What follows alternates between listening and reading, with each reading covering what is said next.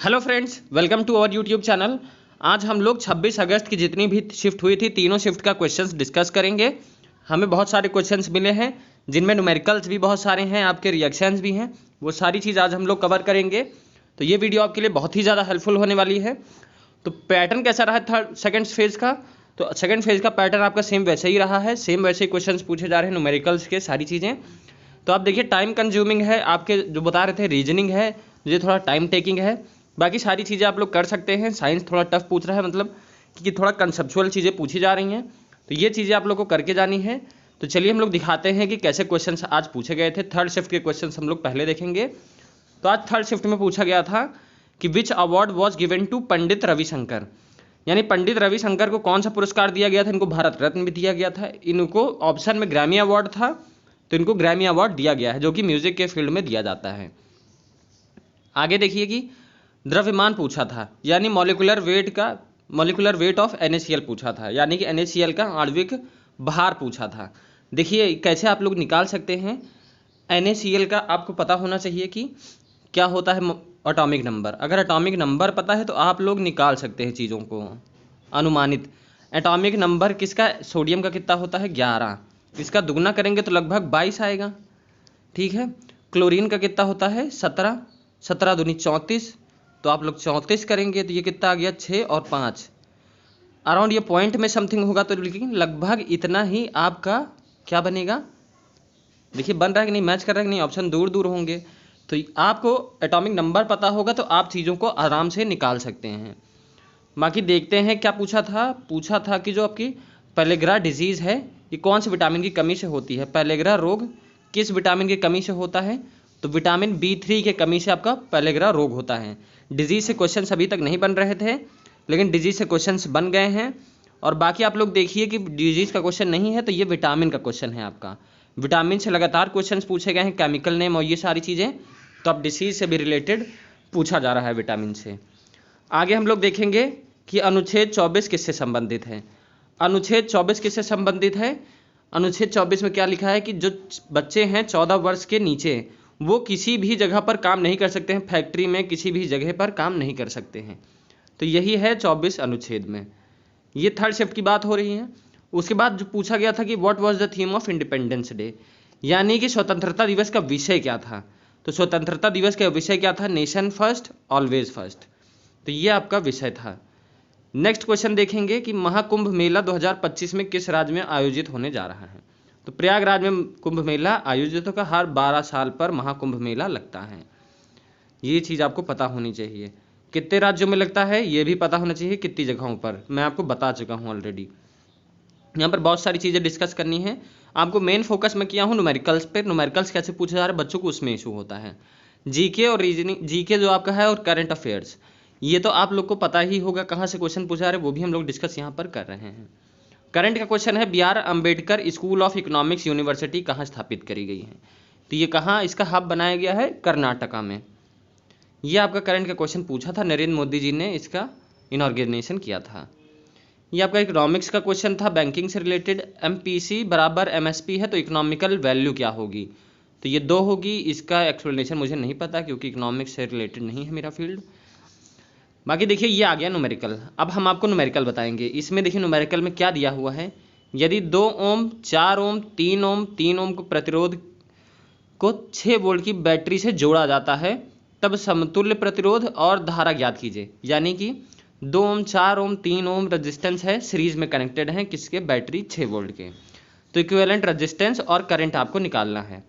तो इसको कैसे करेंगे, देखिए सीरीज में कनेक्टेड है तो R क्या हो जाएगा, R आपका सीधा सीधा सीरीज में जब भी होते हैं तो क्या होता है, जोड़ लेते हैं। तो 3 3 6 और 4 10 और 2 12, यानी कि 12 ओम। तो आपका आ गया इक्विवेलेंट रजिस्टेंस 12 ओम आ गया, 12 ओम रजिस्टेंस आ गया। अब आपको क्या निकालना है, I निकालना है। I is equals to V/R होता है, यही तो होता है। आप बताइए कि मुझे 6 वोल्ट दिया है तो V कितना है 6, R हमने क्या निकाला है 12, काटेंगे तो 0.5 एम्पियर, 0.5 एम्पियर आपका क्या आ जाएगा, आंसर आ जाएगा। तो दोनों क्या आ गए, इक्विवेलेंट रेजिस्टेंस 12 ओम और धारा कितनी 0.5 एम्पियर आ गया। तो ऐसे सिंपल से क्वेश्चन पूछे जा रहे हैं, ये आपके पूछा गया था आज के शिफ्ट में। नेक्स्ट क्वेश्चन देखेंगे हम लोग कि ये पूछा गया था, आप लोग को बैलेंसिंग की इक्वेशन पूछी जा रही है कि इक्वेशन बैलेंस करने के लिए। इक्वेशन कैसे बैलेंस करेंगे, तो देखिए इसमें कुछ नहीं, आपको इक्वेशन याद नहीं करनी है। अगर बैलेंसिंग के लिए तो इक्वेशन नहीं याद करनी है। इसमें आप देखिए क्या दिया है, Fe3O4 दिया है। यहाँ पर मुझे बताइए Fe की संख्या कितनी है, 3 है। तो हम लोग यहाँ पर क्या पुट करेंगे, यहाँ पर 3 पुट करेंगे, तभी तो Fe बराबर होगा। यहाँ पर 3 हो गया, यहाँ पर क्या हो जाएगा, Fe 3 है, तो यहाँ पर हमने 3 बैलेंस कर दिया। अभी जैसे ही जैसे होगा हम लोग संख्या आगे पीछे करते चलेंगे। यहाँ पर हाइड्रोजन कितना है, 2 है। यहाँ पर हाइड्रोजन कितना है, 2 है। ठीक है। यहाँ पर ऑक्सीजन कितना है, 4 है। ठीक है। यहाँ पर ऑक्सीजन आपका कितना है, 1 है। तो यहाँ पर आप बनाएंगे 4 कि नहीं बनाएंगे, तो 4 बनाएंगे तभी तो ऑक्सीजन आपका 4 होगा। तो आपने ऑक्सीजन बनाया, 4 हो गया। यहाँ पर देखिए Fe3O4 है, ये तो बैलेंस आपको दिख रहा होगा। सारी चीज़ें बैलेंस हो गई, 3Fe है, ऑक्सीजन भी 4 हो गया। अब यहाँ पर हाइड्रोजन कितना, 4 दूनी 8 हाइड्रोजन है, तो यहाँ हम लोग को 8 बनाना पड़ेगा। तो हम लोग क्या करेंगे, यहाँ पर भी 4 हम लोग ऐड कर देंगे। ये आपकी हो गई बैलेंस इक्वेशन। तो सिंपल सा था, ए की वैल्यू क्या आ गई, ए की वैल्यू आपकी 3 आ गई, बी की वैल्यू कितनी आ गई, 4 आ गई, सी की वैल्यू कितनी आ गई, 1 आ गई, डी की वैल्यू कितनी आ गई, 4 आ गई। तो ऐसे आपको इक्वेशन बैलेंस करनी थी। यही आज से सिंपल सा इक्वेशन पूछा जा रहा है। उसके बाद आपसे पूछा है कि if two resistance of R1 and R2 is connected in parallel then find equivalent resistance. यदि दो प्रतिरोध R1 और R2 समांतर में जुड़े हैं तो समतुल्य प्रतिरोध ज्ञात करें। देखिए 1/R यानी कि पैरेलल में है तो क्या होगा, 1/R1 प्लस 1/R2, यही तो होगा। उसके बाद आप देखिए ये क्या हो जा रहा है, R2 प्लस R1/R2। लेकिन ये भी आपके ऑप्शन में था, सब बच्चे अधिकतर यही करके आए हैं। लेकिन ये 1/R है तो इसको आप उल्टा भी तो करेंगे, तो क्या हो जाएगा, आंसर क्या होगा, R1 प्लस R2 अपॉन, एक मिनट ये गलत हो गया है, क्या हो जाएगा जब नीचे करेंगे तो R1 into R2 upon R1 plus R2। ये आपका इक्विवेलेंट रेजिस्टेंस हो जाएगा और आपका यही क्या हो जाएगा, आंसर हो जाएगा। और गाइस आपको अगर इसकी पीडीएफ चाहिए होगी तो इसकी पीडीएफ भी आपको मिल जाएगी हमारे टेलीग्राम चैनल पर, जिसका लिंक आपको डिस्क्रिप्शन बॉक्स में मिल जाएगा। टेलीग्राम चैनल अगर आप लोग सर्च करेंगे रेलवे ग्रुप डी के नाम से, तो जो 4 लाख के अबव सब्सक्रिप्शन वाला चैनल है वही है, उसी पे आपको पीडीएफ मिल जाएगी। उसके बाद देखिए कि if focal length of concave mirror is 25 then power is. देखिए हर शिफ्ट में ये मिरर से लेंस से आपके कितने क्वेश्चन आ रहे हैं, लगभग 4 से 5 क्वेश्चन आ रहे हैं। तो बहुत ज़्यादा इंपॉर्टेंट टॉपिक है, 4 से 5 नंबर से आपकी मेरिट बन सकती है और बिगड़ सकती है। इसीलिए फोकस किस पे ज़्यादा किया गया है, हमने आपके न्यूमेरिकल्स पर करे हैं। तो देखिए अगर फोकल लेंथ कितनी है कॉनकेव मिरर की, 25, तो पावर बतानी है। पावर मैंने बताई थी क्या होती है, 1/F होती है। लेकिन देखिए हमेशा अगर पावर का क्वेश्चन आएगा तो वो मीटर में होती है पावर, ठीक है, यानी 1/मीटर की ही होता है डायोप्टर यूनिट, डायोप्टर होती है पावर की, तो वो मीटर में होती है। यहाँ सेंटीमीटर में दिया है तो ये गलत हो जाएगा। सेंटीमीटर को आप लोग अगर किस में चेंज करेंगे, मीटर में, तो किससे भाग देंगे, 100 से भाग देंगे तो क्या हो जाएगा, 1/4 आ जाएगा मीटर में, 1/4 मीटर आ गया। अब मुझे ये बताइए पावर का फॉर्मूला क्या होता है, 1/F होता है। अब हम 1/4 रखेंगे तो क्या आ जाएगा, 4 ऊपर आ जाएगा, 1 नीचे आ जाएगा, तो पावर कितनी आ गई, 4 डायोप्टर पावर आ गई। तो आपको ऐसे करना है क्वेश्चन, एग्जाम में ऐसे ही सेम क्वेश्चन आपका पूछा गया था और आगे भी पूछा जाएगा। नेक्स्ट हम लोग देखेंगे कि देखिए what will be the focal length of concave mirror if image is placed at 24 and object is obtained at 12 centimetre. अवतल दर्पण की फोकस दूरी क्या होगी यदि प्रतिबिंब 24 सेंटीमीटर पर रखा है और वस्तु 12 सेंटीमीटर पर प्राप्त होती है। इसका आप लोग बहुत इजीली सवाल निकाल सकते हैं। कैसे निकालेंगे कि देखिए इसमें तो जगह नहीं, यहाँ बीच में करेंगे हम लोग। What will be the focal length of concave mirror is placed at 24। अब मुझे बताइए कि लेफ्ट हैंड साइड पे ही रखा हुआ है तो क्या होगा, माइनस ये v क्या हो जाएगा, ये आपका u हो जाएगा। u क्या होता है, इमेज होती है, जो ऑब्जेक्ट होता है, क्या हो जाएगा 24 सेंटीमीटर माइनस का, v क्या हो जाएगा, ये भी तो सेम साइड है, -12 सेंटीमीटर हो जाएगा। ये v और u ये हो गया। फोकल लेंथ का फॉर्मूला मैंने बताया था 1/f बराबर 1/v प्लस 1/u, यही तो होता है मिरर फार्मूला। तो अब मुझे आप ये बताइए कि हम लोग क्या रख सकते हैं इसकी जगह। 1/f की वैल्यू निकालेंगे तो क्या हो जाएगा, 1/f बराबर क्या हो जाएगा, -1/24 -1/12। तो ये क्या हो जाएगा, ये आपका हो जाएगा 3 -3/24। तो ये क्या हो जाएगा, 3 × 24 होता है 8 जा। तो ये f क्या हो जाएगा, f ऊपर आएगा, माइनस है तो ये पता चल f तो माइनस में ही आता है, फोकल लेंथ माइनस में ही रहता है। तो ये कितना आंसर आ गया, 8 सेंटीमीटर आपका फोकस आंसर आ गया। सिंपल सा है। अगर लेफ्ट हैंड साइड रहेगा माइनस रहेगा, ये भी माइनस हो जाएगा। अगर मिरर के दूसरी तरफ बनेगी, जैसे ये आपका मिरर है, अगर इमेज आपकी इधर बनेगी इस साइड में तो प्लस का होगा, इधर बनेगी तो माइनस का होगा। ठीक है, ये चीज़ें आप लोग याद रखिएगा। उसके बाद हम लोग क्या देखते हैं कि हमने क्या किया कि ऐड कर दिया मिरर फार्मूला लगा के, तो क्या हो गया, दोनों ऐड हो गया, -8 आया है। तो फोकल लेंथ हमेशा इधर ही रहती है, तो माइनस का सीधा सीधा हम लोग प्लस लिख सकते हैं, 8 सेंटीमीटर आंसर आ जाएगा। अब देखिए थोड़ा थ्योरी और जीके देखते हैं हम लोग कैसी पूछी गई थी। वर्ल्ड ट्रेड ऑर्गेनाइजेशन की स्थापना पूछी गई थी, तो 1 जनवरी सन 1995 में इसकी स्थापना हुई थी। तो देखिए हेडक्वार्टर्स की, जो भी हेडक्वार्टर्स पूछे जा रहे हैं इंपॉर्टेंट ऑर्गेनाइजेशंस की, और आपका स्थापना भी पूछी जा रही है, जो भी इंपॉर्टेंट ऑर्गेनाइजेशंस हैं, दोनों आप लोग जरूर देख के जाइएगा, एग्जाम में पूछा जा रहा है। अनुच्छेद तो फेवरेट टॉपिक रहा है, एनटीपीसी से ही लगातार 2-3 क्वेश्चन आपके आर्टिकल से पूछे जा रहे हैं।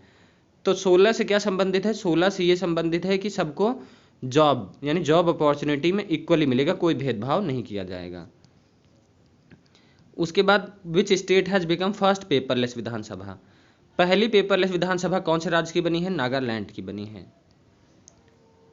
रेलवे के सीईओ के बारे में पूछा गया था। अपॉइंटमेंट्स में आपसे बोलता आ रहा हूँ रटते हुए कि अपॉइंटमेंट से क्वेश्चंस लगातार पूछे जा रहे हैं। तो अपॉइंटमेंट से क्वेश्चन पूछा गया है विनय कुमार त्रिपाठी, ये मैंने आपको कराया भी था, और रामबाण बुक में भी है, जो हमारी रामबाण बुक है उसमें ये सारी चीज़ें आपको डिटेल में दी गई है। जो आपके न्यूमेरिकल्स आ रहे हैं रामबाण में, आपको न्यूमेरिकल्स मिल जाएंगे, फॉर्मूलेज मिल जाएंगे, यूनिट्स पूछी जा रही हैं वो मिल जाएंगी। लेटेस्ट पैटर्न है, जो नहीं था वो हम लोग ने इंक्लूड कर दिया पैटर्न को देखते हुए। तो रामबाण बुक आप लोग कंसिडर कर सकते हैं, डिस्क्रिप्शन बॉक्स में आपको लिंक मिल जाएगा। देखिए न्यूमेरिकल्स की हमारी एक बुक है, वो पर्टिकुलरली न्यूमेरिकल्स के लिए है, उसमें सारी चीज़ें न्यूमेरिकल्स आपको मिल जाएंगी। जैसे न्यूमेरिकल्स आपका पूछा जा रहा है हीट से, हीट का फॉर्मूला VIT से क्वेश्चन से लगातार पूछा जा रहा है। और आपका रेजिस्टेंस का रो L/A से क्वेश्चन पूछा जा रहा है। तो ये इसमें क्या होगा, आपको दे देगा कि वेलोसिटी दे दी, वोल्ट दे दिया, कितने वोल्टेज पास हो रहा है, उसके बाद करंट दे दिया, टाइम दे दिया आपको, और आपसे क्या निकालना है, हीट बोल दिया कि हीट कितनी जनरेट होगी, ऐसा क्वेश्चन पूछ लेता है। आगे देखिए झाझरिया परमाणु संयंत्र कहाँ है, हरियाणा में स्थित है। नेक्स्ट क्वेश्चन पूछा था भीमराव अंबेडकर योजना, आवास योजना से रिलेटेड आया था। तो गरीबों को घर देना था इस योजना का मुख्य उद्देश्य। नेक्स्ट क्वेश्चन है कि कितने सूत्र हैं या कितने हिम हैं ऋग्वेद में, 1028 हिम हैं। ऑयल कॉरपोरेशन ऑफ इंडिया की स्थापना कब हुई थी, तो इंडियन ऑयल कॉरपोरेशन की स्थापना कब हुई थी, 3 जून 1959 को इसकी स्थापना हुई थी। कौन सा जीव पाया जाता है पंचमढ़ी बायोस्फीयर रिजर्व में, तो पंचमढ़ी बायोस्फीयर रिजर्व में जाइंट स्क्वायरल और आपकी लेपर्ड के लिए बहुत प्रसिद्ध है। सॉरी, आगे देखेंगे हम लोग कि कौन से राज्य ने ग्रामीण ओलंपिक्स खेल की मेजबानी करने का जिम्मा उठाया है, तो कहाँ होगा ग्रामीण ओलंपिक्स खेल, राजस्थान में इसका आयोजन होगा। काफ़ी इंपॉर्टेंट क्वेश्चन है ये आपका। IIT मद्रास ने कौन सा रोबोट डेवलप किया है, किसके लिए, जो आपके दिव्यांग हैं यानी डिसेबल्ड पीपल के लिए। एक इन्होंने एक रोबोट बनाया है IIT मद्रास ने। उस रोबोट का क्या नाम है, उस रोबोट का नाम है आपका कदम। हरियाणा ने एक स्कीम लॉन्च करी है कोविड-19 को रोकने के लिए, उस योजना का क्या नाम है, संजीवनी परियोजना नाम है। इसी वजह से कोविड-19 को रोका जाएगा हरियाणा में। देखिए क्वेश्चन रिपीट हो चुका है 2 बार आपके एग्जाम में, इसी पेपर में ही रिपीट हो चुका है। क्वेश्चंस आपके रिपीट हो रहे हैं, आपको रिपीट होते हुए क्वेश्चंस देखने को मिलेंगे। आप लोग देखिए कि न्यूमेरिकल्स का फील्ड ज़्यादा बड़ा नहीं है, वही घुमा फिरा के वही फॉर्मूले, वही चीज़ें, वही आपको पूछा जा रहा है, वही पैटर्न। तो आप लोग फॉलो करिए, एनालिसिस देखते रहिए, बहुत हेल्प करेगा आपको। कहाँ पैरा बैडमिंटन अकादमी खोली गई है? तो लखनऊ में खोली गई है। आगे हम लोग देखते हैं, किस प्लेयर ने महिला वर्ल्ड कप से सबसे ज़्यादा विकेट लिए हैं? जो आपकी वुमेन्स वर्ल्ड कप हुआ था उसमें सबसे ज़्यादा विकेट्स किसने लिए हैं? उसमें सबसे ज़्यादा विकेट्स झूलन गोस्वामी ने लिया है, इंडिया की हैं ये। और कौन सी टीम जीती थी? ऑस्ट्रेलिया जीती थी। ऑस्ट्रेलिया कितनी बार जीती? लगातार 6ठी बार जीती है ऑस्ट्रेलिया वुमेन्स की टीम। नंबर 1 पे ऑस्ट्रेलिया की टीम है वुमेन्स में। उसके बाद 5वां ये पूछा गया था, तो जो सिटीजन बॉर्न हुआ है इंडिया में उनकी नागरिकता मिलेगी आज़ादी के पहले। तो आर्टिकल 1 से 5 जो अनुच्छेद है ये आपके सिटीजनशिप से ही संबंधित हैं, सिटीजनशिप। आगे देखते हैं हम लोग क्या पूछा था क्वेश्चन। आगे है कि miss world Femina of India 2022 के लिए कौन जीता है? तो फेमिना मिस इंडिया वर्ल्ड 2022 कौन जीता है? सिनी सेठी जीती हैं। What is the capital of Bangladesh? Bangladesh की राजधानी क्या है? तो बांग्लादेश की राजधानी आपकी क्या है? ढाका है।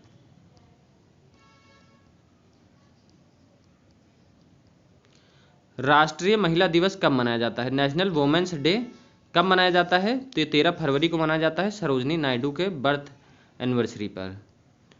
सरोजिनी नायडू की बर्थ एनिवर्सरी पर आपकी वुमेन्स डे मनाया जाता है। पंचायती राज की स्थापना कब हुई थी? देखिए स्थापना से क्वेश्चंस पूछे जा रहे हैं। तो सन 1949 में, मतलब 1959 में इसकी स्थापना करी गई थी। 59। सरदार सावरकर डैम किस नदी पर स्थित है? तो नर्मदा नदी पर स्थित है। यह पूछा गया था आज आपकी शिफ्ट में। अगला क्वेश्चन पूछा था कि देखिए ये आपका रीजनिंग का एक सीरीज आई थी, 79 है, 77, 79 है, उसके बाद क्या है 81 है। तो आप मुझे बताइए कि क्या हो रहा है यहाँ पर। 77 है, 81 है, फिर 83, 81 है, 2-2 का अंतर आपको दिख रहा है, तो यहाँ पर 83 हो जाएगा।